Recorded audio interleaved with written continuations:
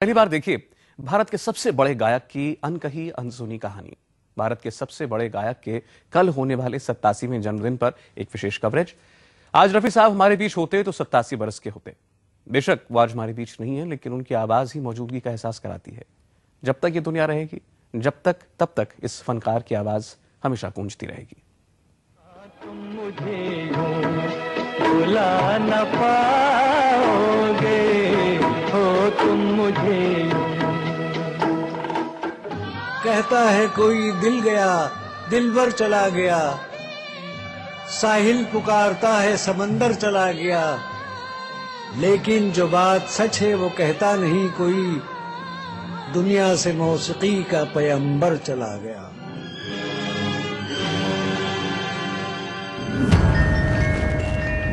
जिंदगी का साथ निभाता चला गया।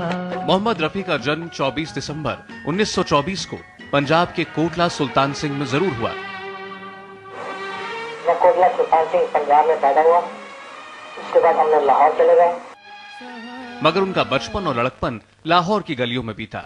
यहाँ अब भी रफी की नगमे गूंजते हैं। अगेन कोई भी हमारा न हुआ इस भरी दुनिया में, कोई भी हमारा न हुआ। एक दिन बड़े भाई दीन ने 10 साल के रफी को एक फकीर के पीछे भागते देखा। दीन ने पिता हाजी अली को यह बात बताई। रफी को बहुत डांट पड़ी। जब मेरी उम्र 10 साल की थी तो जिस मोहल्ले में हम लोग रहते थे वहाँ एक सुबह सुबह फकीर आया करता था। अच्छा। तो वो गाकर पैसा मांगता था। अच्छा। तो जब गाता था वो तो उसकी आवाज मुझे इतनी अच्छी लगती थी तो मैं वो जाना चाहता जा रहा था। मैं उसके पीछे पे जब चलता मैं भी साथ साथ में चलता था। रफी साहब को फकीर के साथ गाया वो गाना ताउम्र याद रहा। खेदन दे दिन चार निमाए, खेदन दे दिन चार। कोटला सुल्तान के लोग मानते हैं कि वो फकीर रफी को संगीत का सुल्तान बनने की दुआ दे गया। वो इतना मीठा उसका आवाज लगता था मुझे, तो मैं ज्यादा हो जाता था उसके पीछे पीछे पीछे पीछे। उसको देख देख मुझे गाने का शौक इतना बड़ा था।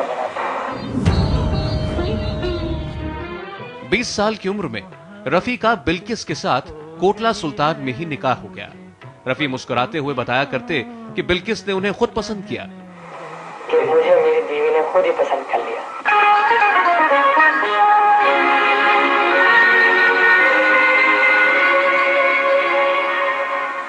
तेरी प्यारी प्यारी सूरत को किसी की नजर ना लगे, चश्मे बद्दू।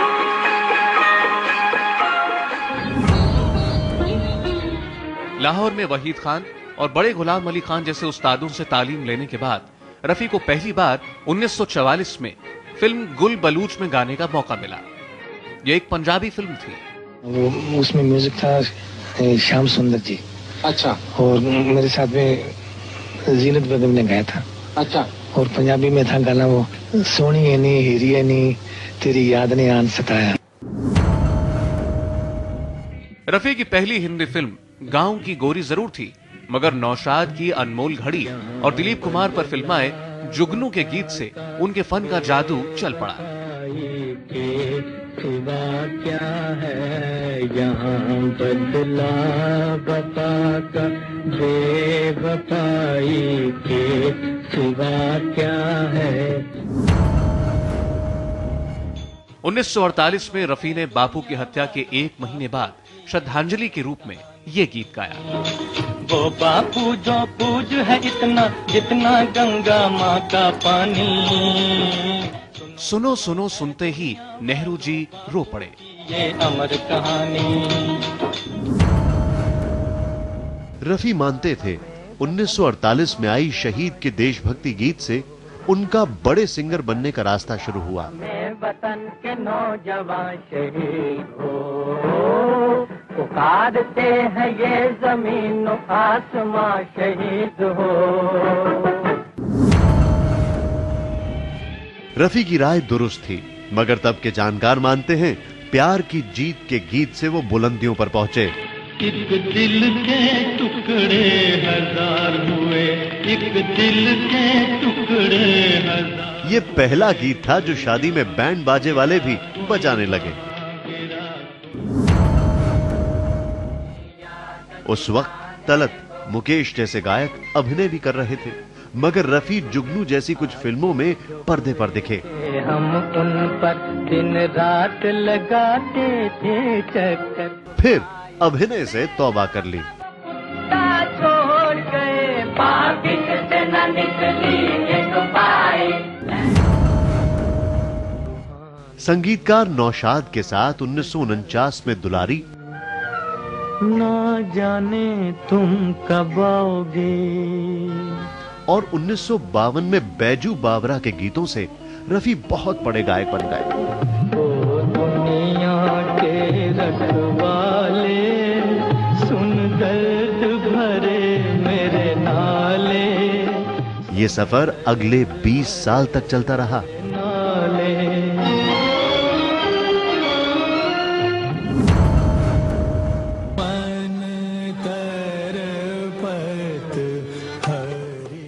नेपाल का एक हिंदू इस भजन को सुनकर मुंबई चला आया। यहाँ उसे पता चला कि भजन की गाने वाली टीम मुस्लिम है, तो उसकी आंखों में आंसू आ गए। वो रफी साहब के पैर छूकर वापस नेपाल लौट गया।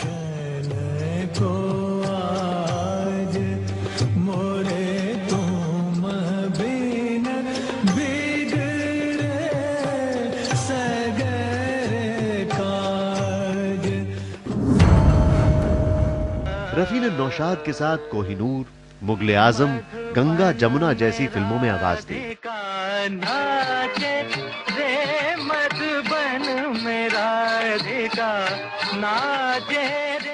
एसडी बर्मन के लिए प्यासा, काला पानी और गाइड में गायकी का हुनर बिखेरा। तो जहां भी ले जाए राहे, हम संग हैं। रफी ने जिस हीरो के लिए गाया उसकी आवाज बन गए।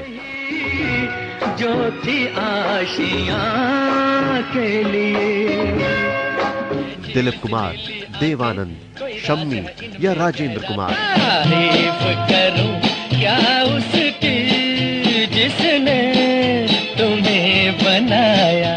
हमेशा लगा ये हीरो खुद ही गा रहे हैं। बर्बादियों का कुछ ही लोग होते हैं जिनकी आवाज में ये बात होती है, और उसकी जितनी तारीफ हम करें उतनी कम है।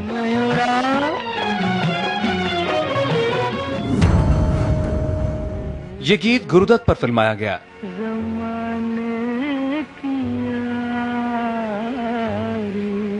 ये कॉमेडियन जॉनी वॉकर पर। सर जो तेरा चकराए या दिल डूबा जाए, मगर हर गाने की तासीर और तबीयत अलग अलग। काहे घबराए, काहे घबराए। रफी से गीत और फिल्म को ही नहीं, संगीतकारों को भी पहचान मिली। रफी ने सबसे ज्यादा गाने लक्ष्मी प्यारे के लिए गाए। लक्ष्मी प्यारे और रफी का साथ 29 सालों का रहा। पहली बार उनके लिए रफी ने फिल्म पारस मणि में आवाज दी। रौनक तुम्ही जहां की। रफी ने लक्ष्मी प्यारे के लिए हर मूड का गाना गाया, फिर चाहे वो वेस्टर्न, क्लासिकल, कव्वाली या फिर भजन हो। निकली सवारी, राम जी की लीला है न्यारी। उनको ये बहुत शौक था सीटी बजाने का। तो हमारा गाना था मैं जट यमला दीवाना, मैं जट यमला, उसमें आखिरी में गाना, आखिर गाने के आखिर में वो सीटी बजाना है।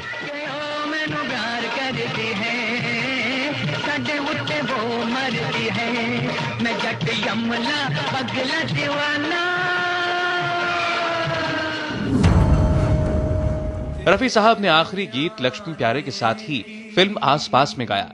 तारीख थी 26 जुलाई 1980। यह गीत कभी पूरा नहीं हो सका। शाम फिर क्यों उदास है दोस्त। हुई शाम दिशा में उनका ख्याल आ गया, वो गाना उनको बहुत पसंद था। तो जब गाया उन्होंने, अगर आप गौर करें तो उसमें वॉइस मॉड्यूलेशन उनकी खास खूबी थी कि गले को ऐसे ऐसे मोड़ देते थे एक एक लफ्जों में, हुई शान उनका, तो वो ऐसे मतलब ख्याल एक एक बोलों को ऐसे लेते थे। ये उनकी इस गाने के अंदर उन्होंने कमाल कर दिया था। शम्मी और रफी की जुगलबंदी दो महान कलाकारों की कामयाबी की कहानी बनी। शम्मी के शोख चंचल मिजाज को भी रफी ने अपनी आवाज में उतार दिया। क्या करें, चाहे कोई मुझे जंगली का। उसका रेंज नेशनल सॉन्ग गाने के लिए फुल्ली हमने एक्सपेक्ट किया, टू बी वेरी फ्रैंक, पूरा इस्तेमाल किया। सर कटा सकते हैं लेकिन सर झुका सकते